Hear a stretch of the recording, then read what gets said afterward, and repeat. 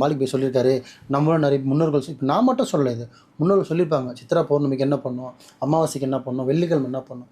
அந்த மாதிரி இந்த சித்ரா பௌர்ணமியை அவங்கவுங்க நேர்பையில் இதுக்குன்னு நீங்கள் ட்ரெயின் பிடிச்சி பஸ் பிடிச்சின்னு போக வேணாம். அந்தந்த ஊரில் எங்கே நேர்பையில் எங்கே இருக்கோ கூகுளில் போட்டாலே வந்துடும். இந்த கோயில் எத்தனை வருஷம் பழமையானது எல்லாமே வந்துடுது. யூடியூப்பில் போட்டாலே அதோட பர்மி அந்த கோயிலோட எல்லா டீட்டெயிலும் வந்துடும்.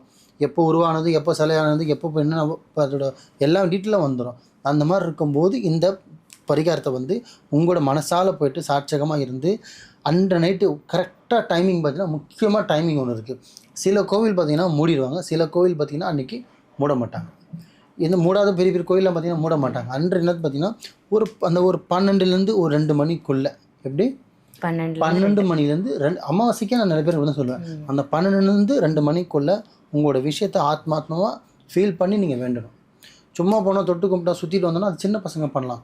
நடக்காத ஒரு விஷயம் இருக்குது, முடியாத ஒரு விஷயம் இருக்குது, ரொம்ப வருஷமாக இழுத்துக்கிட்டு இருக்குது, ரொம்ப வருஷமாக நடக்கலைன்னா இந்த மாதிரி விஷயத்தை அங்கே போய்ட்டு சாட்சகமாக உட்காந்து மனசார வேண்டிக்கிட்டு அன்றைய இரவு அங்கே தங்கிட்டு மறுநாள் காலைல கிளம்பி நீங்கள் வரணும். இதை ஃபேமிலியோடு போய்ட்டு மனசார நீங்கள் வேண்டிகிட்டு வந்தீங்கன்னா 100% நடக்கும்.